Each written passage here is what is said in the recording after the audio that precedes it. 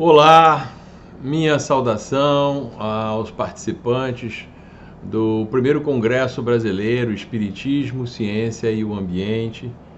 Minha saudação a todos os organizadores da Associação dos Amigos da Natureza da Alta Paulista e do Santuário Espírita Caminho do Bem de Cuiabá. O tema da nossa abordagem é valores éticos, sociais e ambientais em 3 obras espíritas. O espiritismo é dotado de uma tríplice natureza: é doutrina, é ciência e é religião.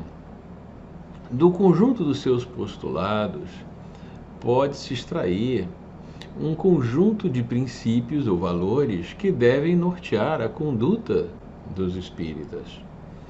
Esses valores permeiam as principais obras espíritas, desde o inaugural Livro dos Espíritos e as demais obras de Allan Kardec, até as mais recentes, como as psicografadas por Francisco Cândido Xavier, em especial as ditadas pelos espíritos Emmanuel e André Luiz.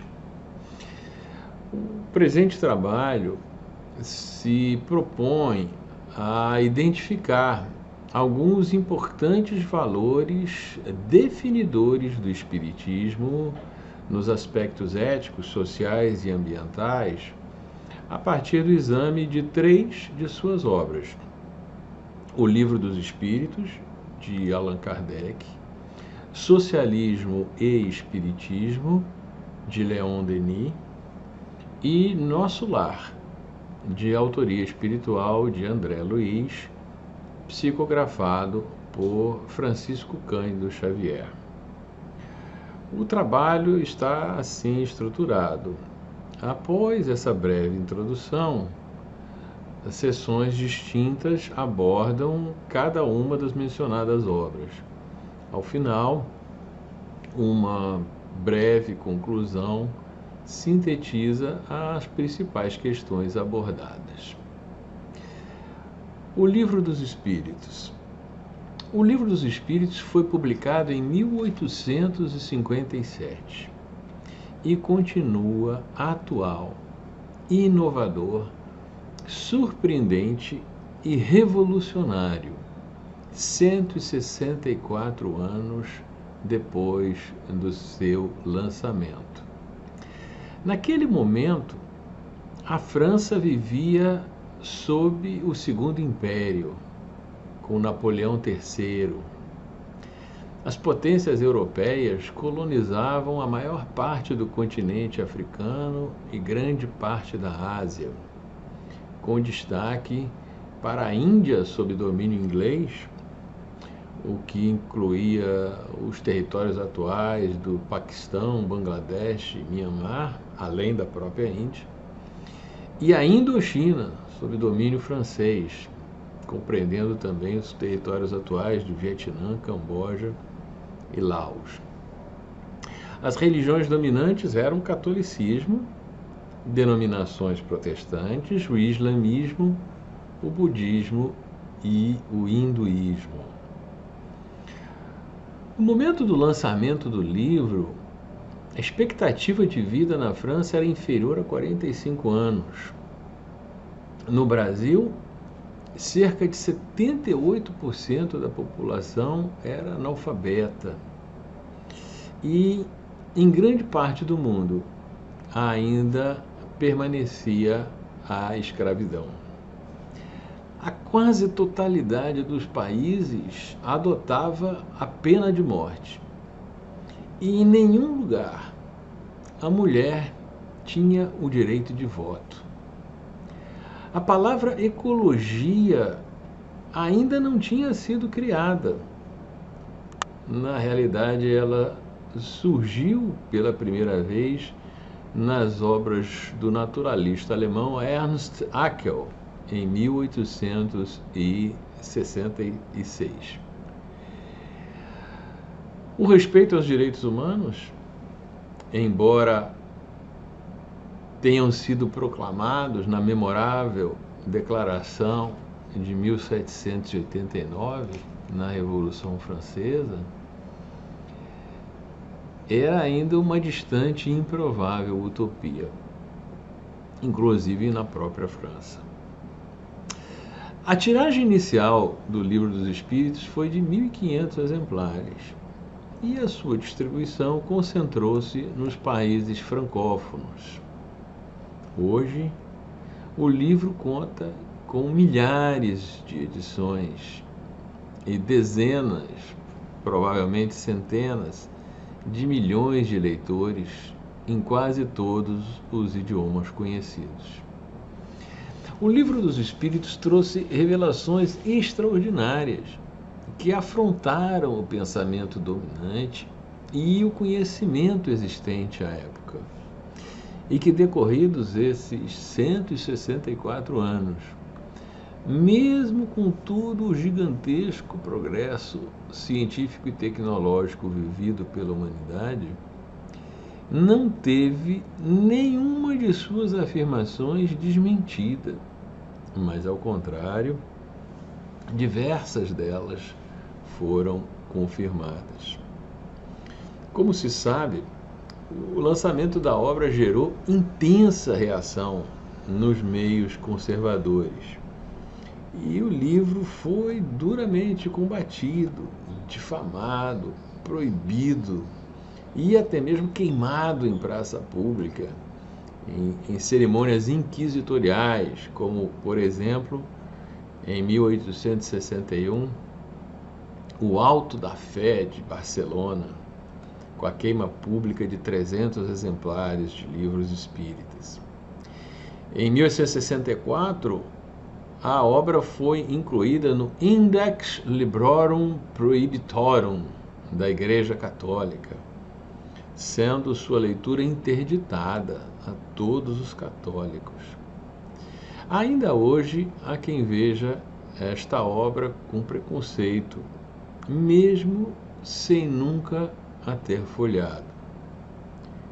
É certo que toda essa perseguição não teve êxito, e, como verdadeira obra-prima, este livro inspirou milhares de outros livros, bem como inúmeras peças teatrais e filmes, composições musicais, pinturas e outras manifestações artísticas. Influenciou profundamente a vida de pessoas e comunidades, professores e cientistas, líderes e cidadãos. Todos os dias, em milhares de locais em todo o mundo, reúnem-se voluntários para estudá-lo e pôr em prática os seus preceitos. Voltemos a 1857, data do seu lançamento. Em grande parte do planeta, inclusive no Brasil e nos Estados Unidos, a escravidão era a base da atividade econômica, possuindo sólidos fundamentos jurídico-políticos e o beneplácito, quando não a bênção, das religiões hegemônicas. O Livro dos Espíritos condenou a escravidão como um abuso intolerável e prenunciou seu desaparecimento à medida que a humanidade progredisse. Denunciou o racismo e proclamou a liberdade de pensamento e de consciência.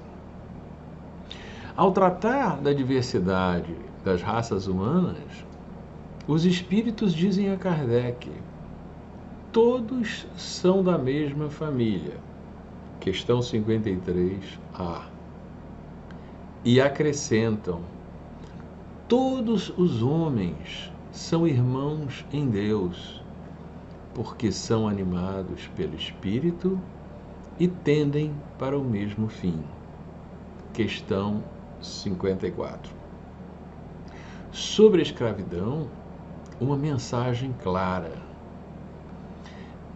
é contrária à lei de Deus toda sujeição absoluta de um homem a outro homem.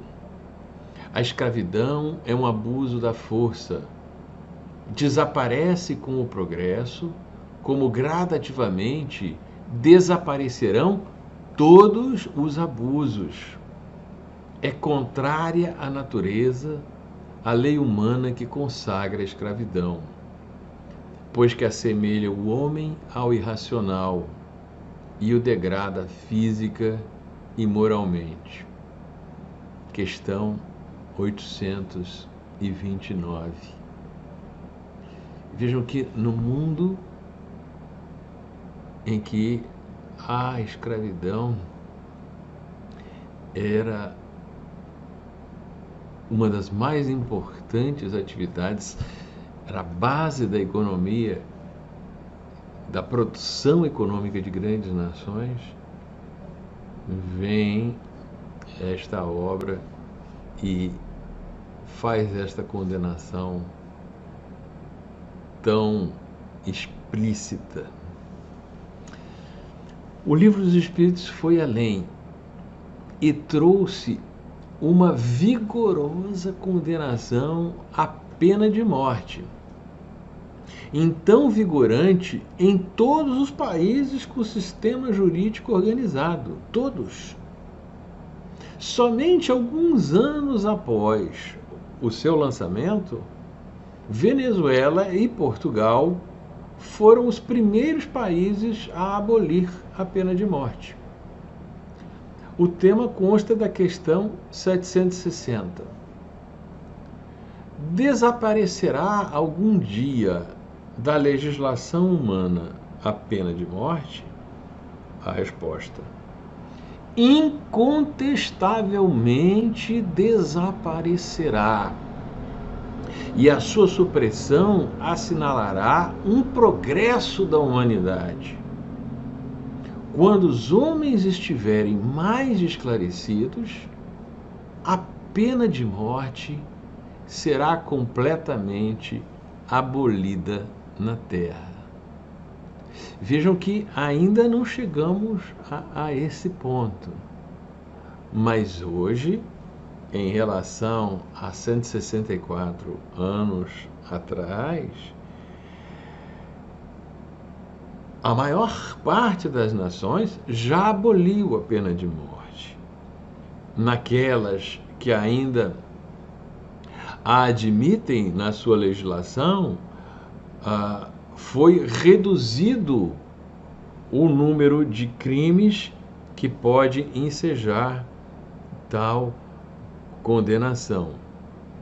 Então, estamos incontestavelmente progredindo na direção que o Livro dos Espíritos apontou. Na questão 837, os Espíritos proclamam a imprescindibilidade da liberdade de consciência, compreendida também como a liberdade de professar a sua fé religiosa. Dizem: a liberdade de consciência é um dos caracteres da verdadeira civilização e do progresso. Vejam que naquela época, inúmeros países, inclusive o Brasil, tinham uma religião oficial, uma religião de Estado. No Brasil, era a religião católica. O imperador nomeava os bispos e nenhuma outra fé poderia ser objeto de culto público. E assim, em diversas outras nações, o Livro dos Espíritos proclama a liberdade de consciência. Evoluímos também nesse aspecto em grande parte do mundo. O Livro dos Espíritos também foi pioneiro na proclamação da igualdade dos direitos das mulheres.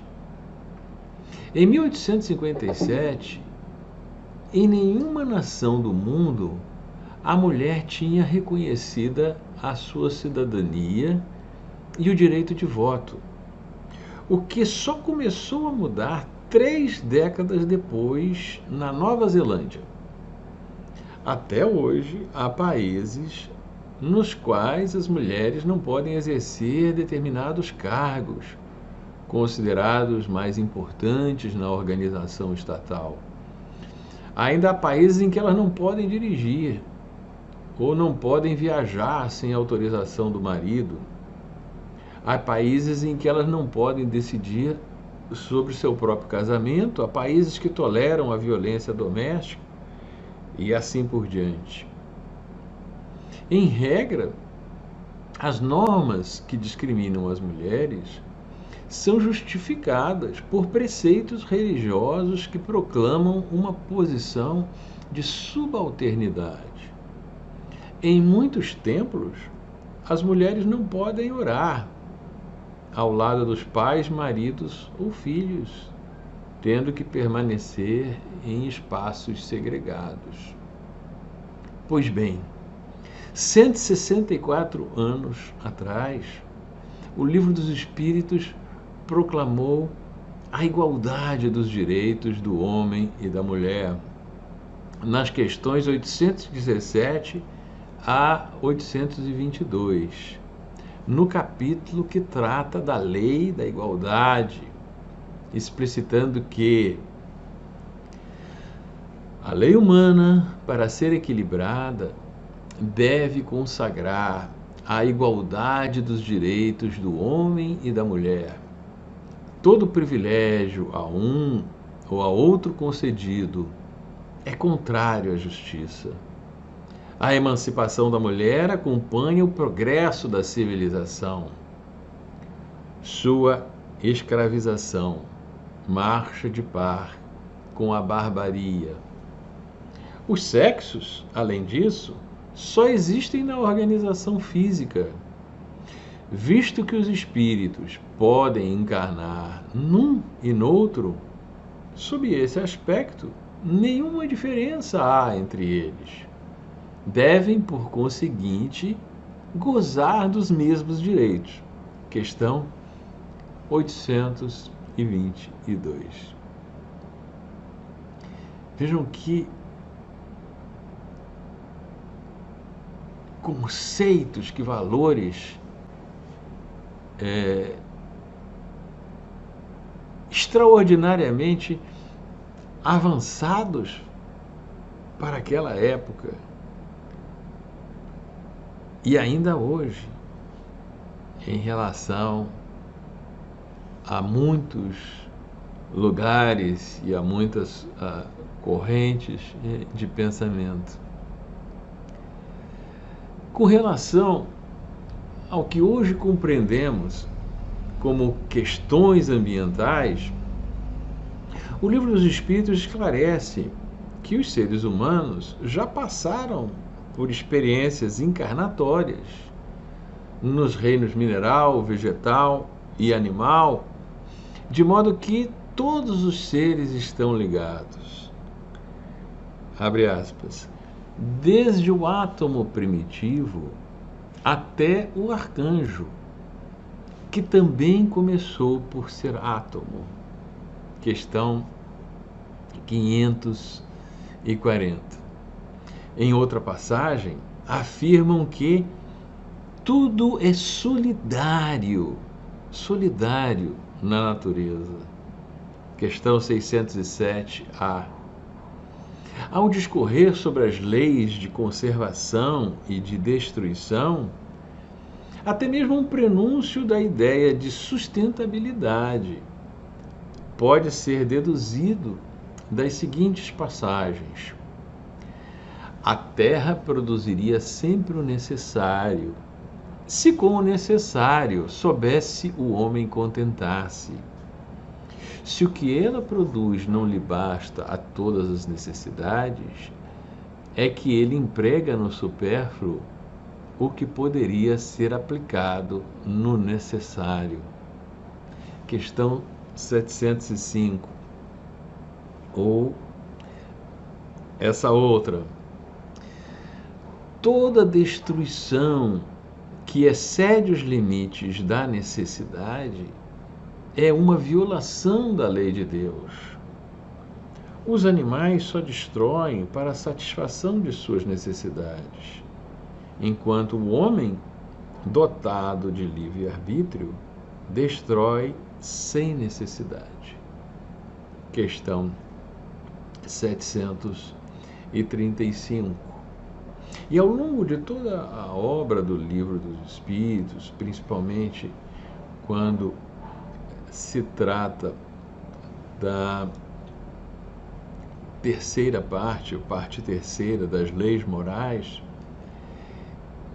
se depreende o conjunto de ideias acerca da criação como um todo interligado. Um grande ambiente, um grande ecossistema em que os diferentes seres vivos estão relacionados e cumprem as suas funções, devendo este equilíbrio ser preservado. Finalmente, no que concerne ao tema das desigualdades sociais, dizem os espíritos, a civilização desenvolve o senso moral e, ao mesmo tempo, o sentimento de caridade, que leva os homens a se prestarem mútuo apoio. Os que vivem à custa das privações dos outros exploram, em seu proveito, os benefícios da civilização. Questão 717. A questão 806 é direta. Kardec pergunta: é lei da natureza a desigualdade das condições sociais? E a resposta dos espíritos também é direta: não. É obra do homem e não de Deus. Kardec insiste: algum dia essa desigualdade desaparecerá? Respondem os espíritos: eternas somente as leis de Deus o são. Não vês que dia a dia ela gradualmente se apaga? Desaparecerá a desigualdade social quando o egoísmo e o orgulho deixarem de predominar. Restará apenas a desigualdade do merecimento. Dia virá em que os membros da grande família dos filhos de Deus deixarão de considerar-se como de sangue mais ou menos puro. Isto é, os preconceitos de raça, de sexo, de classe. Só o espírito é mais ou menos puro. E isso não depende da posição social. Olha que resposta maravilhosa. Finalmente, a questão 793 sintetiza diversos desses valores. É um trecho longo. De duas nações que tenham chegado ao ápice da escala social, somente pode considerar-se a mais civilizada, na legítima acepção do termo, aquela onde exista menos egoísmo, menos cobiça e menos orgulho, onde os hábitos sejam mais intelectuais e morais do que materiais, onde a inteligência se puder desenvolver com maior liberdade, onde haja mais bondade, boa-fé, benevolência e generosidade recíprocas, onde menos enraizados se mostrem os preconceitos de casta e de nascimento. Por isso que tais preconceitos são incompatíveis com o verdadeiro amor do próximo, onde as leis nenhum privilégio consagrem e sejam as mesmas, assim para o último como para o primeiro, onde com menos parcialidade se exerça a justiça, onde o fraco encontre sempre amparo contra o forte, onde a vida do homem, suas crenças e opiniões sejam melhormente respeitadas, onde exista menor número de desgraçados, enfim, onde todo homem de boa vontade esteja certo de lhe não faltar o necessário. Esta resposta à questão 793, ela nos aponta como que um programa de trabalho para a nossa reforma da sociedade humana, para onde nós devemos caminhar. Em resumo,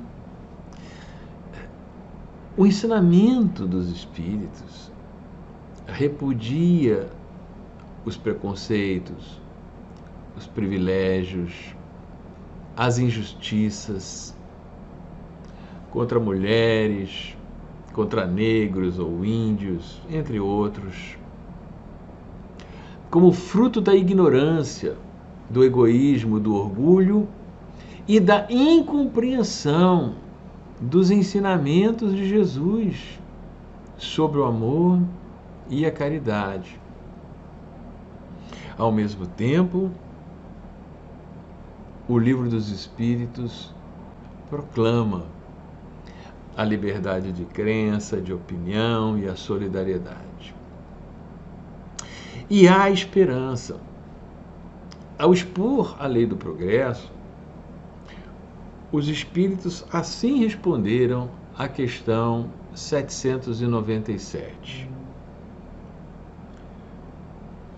Kardec indaga: como poderá o homem ser levado a reformar suas leis? E os espíritos respondem: isso ocorre naturalmente, pela força mesma das coisas e da influência das pessoas que o guiam na senda do progresso. Muitas já ele reformou e muitas outras reformará. Espera. Com efeito, ao observar a evolução da humanidade nesses 164 anos, percebe-se o gigantesco progresso no que respeita a esses temas da escravidão, da pena de morte, dos direitos das mulheres e dos direitos humanos e sociais, da compreensão das questões ambientais, da necessidade do respeito ao meio ambiente, à biodiversidade. De igual modo, foram as vitórias obtidas contra os preconceitos tacanhos que permitiram e aceleraram o desenvolvimento humano em múltiplas esferas, como a educação, a saúde, a ciência e a arte. Por certo, ainda há muito chão a percorrer na trilha da evolução. Mas o que poderia parecer uma distante utopia à época do lançamento do Livro dos Espíritos, hoje constitui o pilar constitucional da maior parte das nações, bem como do documento fundamental da Organização das Nações Unidas. Socialismo e Espiritismo. Leon Denis é considerado um dos principais continuadores da obra de Allan Kardec na sua França natal. De origem humilde, destacou-se como orador espírita e autor de inúmeras obras doutrinárias, como Cristianismo e Espiritismo, Depois da Morte e O Problema do Ser, do Destino e da Dor. Socialismo e Espiritismo foi uma de suas últimas obras, publicada em 1924, quando a Europa ainda cicatrizava dos horrores da Primeira Guerra Mundial, sofria os impactos da Revolução Bolchevique na Rússia e vivia o prenúncio da crise econômica que explodiria em 1929, com a Grande Depressão. O livro reúne um conjunto de artigos com esse mesmo título, Socialismo e Espiritismo, escritos após as eleições parlamentares francesas, nas quais, pela primeira vez, houve maioria para os partidos de esquerda. Deve ser mencionado também o impacto que teve sobre Leon Denis o assassinato, em 1914, do seu amigo Jean Jaurès, uma das principais lideranças históricas do socialismo democrático na França, e em quem Leon Denis identificou um espiritualista. Para Denis, a questão social é, acima de tudo, uma questão moral.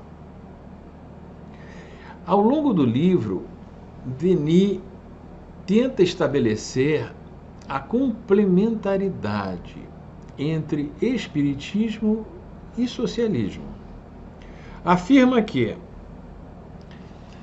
espiritismo e socialismo estão unidos por laços estreitos, visto que um oferece ao outro o que lhe falta a mais, isto é, o elemento de sabedoria, de justiça, de ponderação, as altas verdades e o nobre ideal, sem o qual corre ele o risco de permanecer impotente ou de mergulhar na escuridão da anarquia. Primeiramente, Leon Denis define a qual socialismo se refere. Para nós, o socialismo é o estudo, a pesquisa e a aplicação de leis e meios susceptíveis de melhorar a situação material, intelectual e moral da humanidade.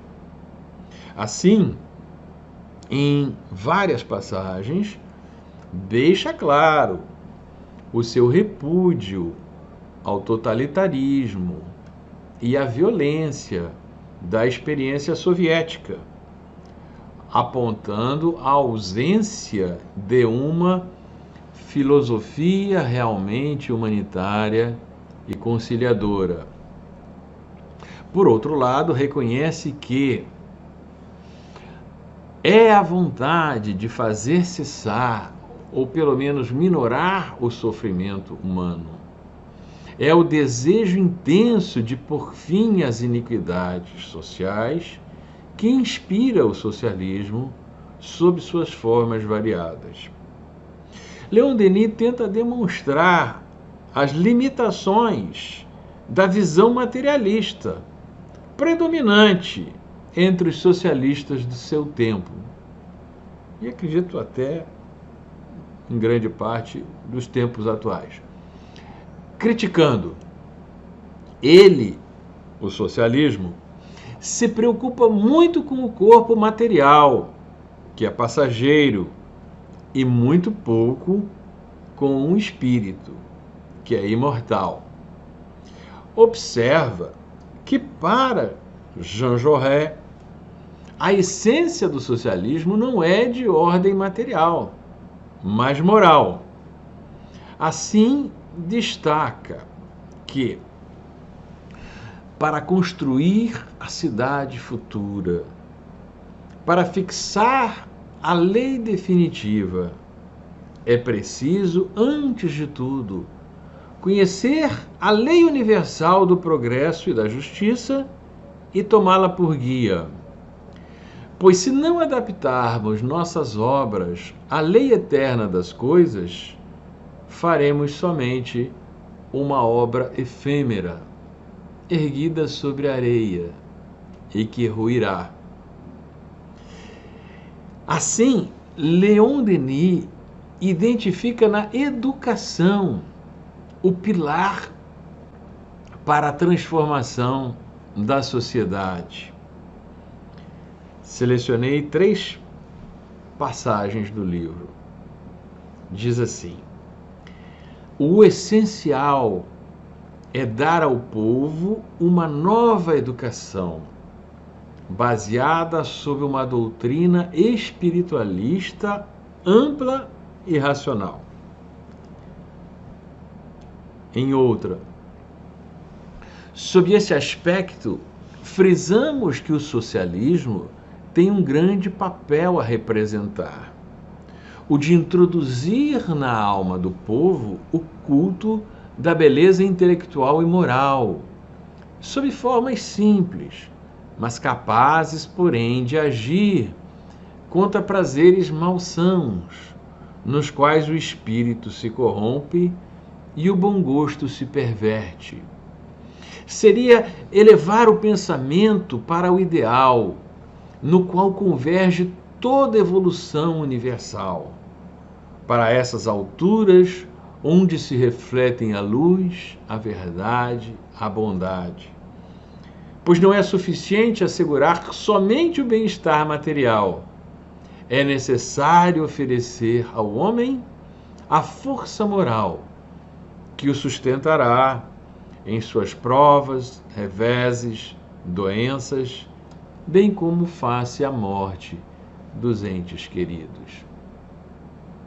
E a última: eis porque o real ponto de partida do socialismo deveria ser a educação, o ensino. O progresso intelectual e moral se realizando, antes de tudo, faria do progresso material a sua inelutável consequência. Na análise de Leon Denis, inexiste contradição entre os propósitos dos espíritas e dos socialistas não materialistas. Afirma: os grandes missionários espirituais foram, a títulos diversos, grandes socialistas. O socialismo é a elevação da coletividade em sua ordem física e moral. Esta melhoria deve ser regulamentada pela justiça e pela razão. Sendo a vida atual apenas um estado transitório, Nenhum dos problemas que a ela se refira pode ser logicamente resolvido se nos esquecemos de levar em conta tudo o que a condicionou no passado e o objetivo que ela deve alcançar no futuro. Afirma também: para regenerar a ordem social, o espiritismo, o socialismo e o cristianismo devem se dar as mãos. Do espiritismo pode nascer o socialismo idealista.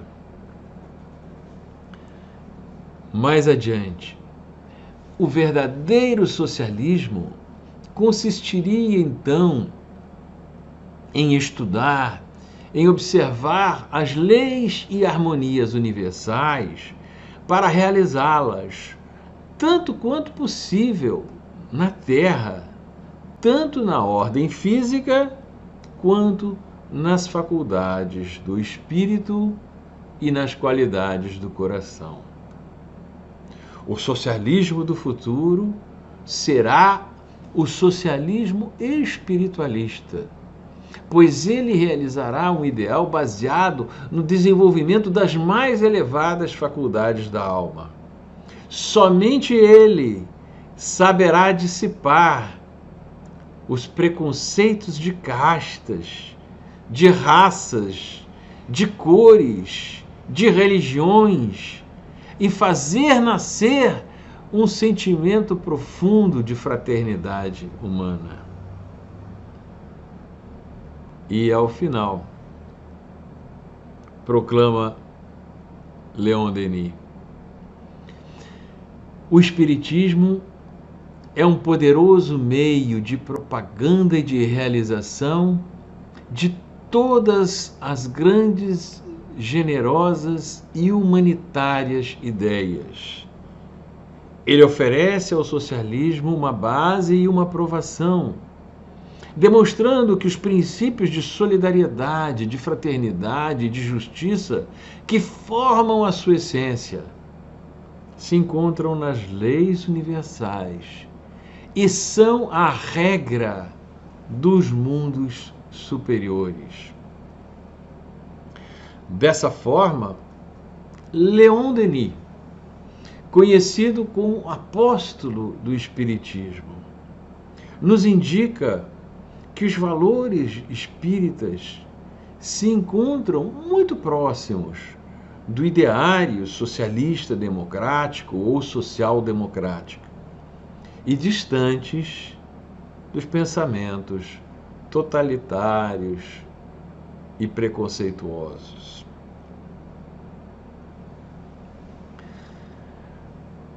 Nosso Lar.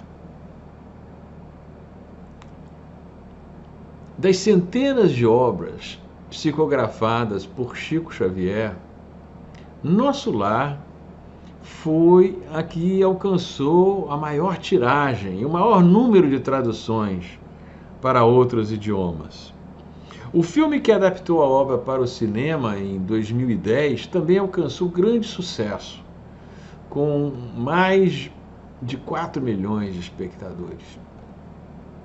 Publicada em 1944, durante a Segunda Guerra Mundial, a obra narra a chegada ao mundo espiritual de André Luiz, um médico que vivera no Rio de Janeiro nas primeiras décadas do século XX.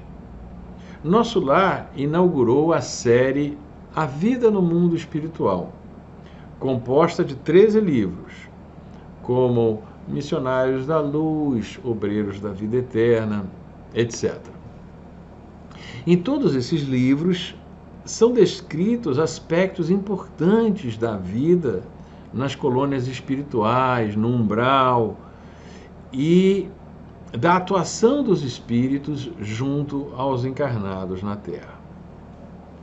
Assim como nas obras anteriormente analisadas, em Nosso Lar encontram-se menções à iniquidade da escravidão e dos preconceitos sociais, bem como a valorização de recursos naturais, como a água, em várias passagens sobre a importância da água como alimento, como remédio. Nos limites desse artigo, desse trabalho, cumpre destacar uma revelação de singular importância para o exame de aspectos éticos e valores do Espiritismo, que é o mecanismo dos bônus hora. Conforme nos explica André Luiz, o bônus hora é uma espécie de unidade monetária no mundo espiritual. Mas não é uma moeda que se obtém garimpando, como nas economias extrativistas, ou que se acumula especulando nos mercados financeiros, lucrando com juros de empréstimos, ou revendendo mercadorias por preços muito superiores aos de sua aquisição. O bônus hora não segue a lógica do capital financeiro, cuja preservação e acumulação desafiam os valores éticos da humanidade e a própria vida no planeta. Ao contrário, em nosso lar, o bônus hora representa a justa remuneração do trabalho no bem. É interessante que a comparação do bônus hora com unidade de valor financeiro foi a primeira ideia do próprio André Luiz, ao procurar se informar sobre o tema, quando indagou a senhora Laura, sua interlocutora.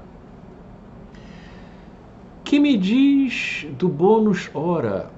Trata-se de algum metal amoedado? Ao que ela lhe respondeu: não é propriamente moeda, mas ficha de serviço individual, funcionando como valor aquisitivo. Em seguida, prosseguiu na explicação que os serviços de produção, de vestuário e alimentação, bem como o celeiro fundamental da colônia Nosso Lar, são propriedade coletiva. E esclareceu ainda: tal como se dá na terra, a propriedade aqui é relativa. Nossas aquisições são feitas à base de horas de trabalho. O bônus hora, no fundo, é o nosso dinheiro. Quaisquer utilidades são adquiridas com esses cupons, obtidos por nós mesmos à custa de esforço e dedicação. As construções, em geral, representam patrimônio comum, sob controle da governadoria. Cada família espiritual, porém, pode conquistar um lar, nunca mais que um, apresentando 30.000 bônus hora, o que se pode conseguir com algum tempo de serviço. Prossegue mais adiante. Todos cooperam no engrandecimento do patrimônio comum e dele vivem. Os que trabalham, porém, adquirem direitos justos. Cada habitante de nosso lar recebe provisões de pão e roupa, no que se refere ao estritamente necessário. Mas os que se esforçam na obtenção do bônus hora conseguem certas prerrogativas na comunidade social. Prossegue. O verdadeiro ganho da criatura é de natureza espiritual. E o bônus hora, em nossa organização, modifica-se em valor substancial, segundo a natureza dos nossos serviços. Compreendemos aqui que nada existe sem preço e que para receber é indispensável dar alguma coisa. Nesse momento, André Luiz intervém. E o problema da herança? Inquiri de repente. Não temos aqui demasiadas complicações, respondeu a senhora Laura, sorrindo. Vejamos, por exemplo, o meu caso. Aproxima-se o tempo do meu regresso aos planos da crosta. Tenho comigo 3 bônus hora auxílio no meu quadro de economia pessoal. Não posso legá-los à minha filha, que está a chegar, porque esses valores serão revertidos ao patrimônio comum, permanecendo minha família apenas com o direito de herança ao lar. No entanto, minha ficha de serviço autoriza-me a interceder por ela e preparar-lhe aqui trabalho e concurso amigo, assegurando-me igualmente o valioso auxílio das organizações de nossa colônia espiritual durante minha permanência nos círculos carnais. Nesse cômputo, deixo de referir-me ao lucro maravilhoso que adquiri no capítulo da experiência, nos anos de cooperação no Ministério do Auxílio. Volto à Terra, investida de valores mais altos e demonstrando qualidades mais nobres de preparação ao êxito desejado. Olha, quantas lições tão interessantes podemos retirar dessas passagens. Uma primeira observação diz respeito à predominância da propriedade coletiva, ou também chamada patrimônio comum, sobre a propriedade privada. A propriedade privada não é abolida, mas circunscrita a aspectos da individualidade e dos grupos familiares, como os lares. Então, nesse aspecto, o tratamento à questão da herança é bastante esclarecedor e remete à lição do Evangelho de Jesus Cristo. Não acumuleis tesouros na terra, onde a ferrugem e os vermes os comem, e onde os ladrões os desenterram e roubam. Acumulais tesouros no céu, onde nem a ferrugem nem os vermes os comem. Porquanto onde está o vosso tesouro, aí está também o vosso coração. Mateus capítulo 6, versículos 19 a 21. Outro ponto importante da organização econômico-administrativa do nosso lar é a existência de um programa de solidariedade social que assiste a todos os espíritos com uma espécie de cesta mínima, composta de vestuário e alimentação, bem como amparo, a recuperação da saúde, aqueles que são recém-chegados da experiência encarnatória ou que são resgatados do umbral, como o caso do próprio André Luiz. E mais, a ninguém é dado usufruir de privilégios ou acumular supérfluos, embora os que mais se dediquem ao trabalho e ao trabalho no bem, o trabalho da caridade, sejam recompensados com os bônus hora. De outro lado, o conceito subjacente ao mecanismo do bônus hora guarda correspondência com a teoria econômica do valor-trabalho, desenvolvida pelos economistas clássicos, em contraposição à teoria do valor-utilidade, concebida pela escola neoclássica.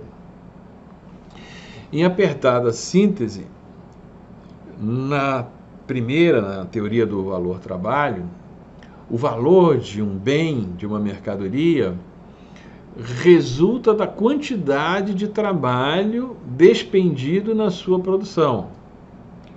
Ao passo que, na última, o valor do bem deriva da utilidade que proporciona ao seu proprietário ou consumidor.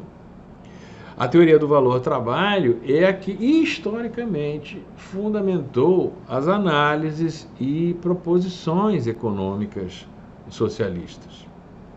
Dessa forma, não é difícil deduzir que a organização social econômica da colônia espiritual Nosso Lar, descrita por André Luiz, se assemelha muito mais às propostas denominadas de socialismo democrático ou social-democracia, que das ideias da propriedade privada e do liberalismo.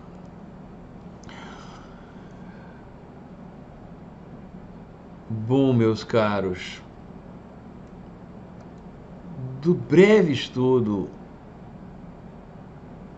realizado nessas 3 importantes obras da literatura espírita, a começar pelo Livro dos Espíritos, nós tentamos identificar princípios e valores em consonância com as noções contemporâneas de direitos humanos, sociais e em sintonia com os ideais de liberdade, igualdade e fraternidade.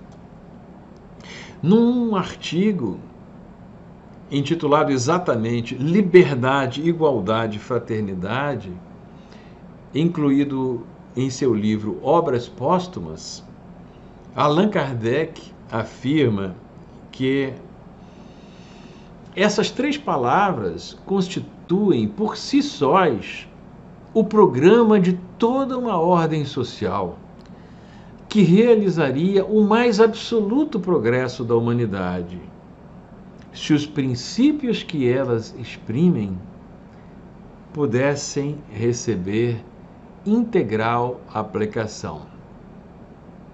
Nesse mesmo artigo, o codificador da doutrina espírita faz uma vigorosa conclamação: eliminai das leis, das instituições, das religiões, da educação, até os últimos vestígios dos tempos de barbárie e de privilégios. É o que a todos nós compete fazer, guiados pelos valores éticos, sociais e ambientais do Espiritismo. Que Jesus nos abençoe. Graças a Deus.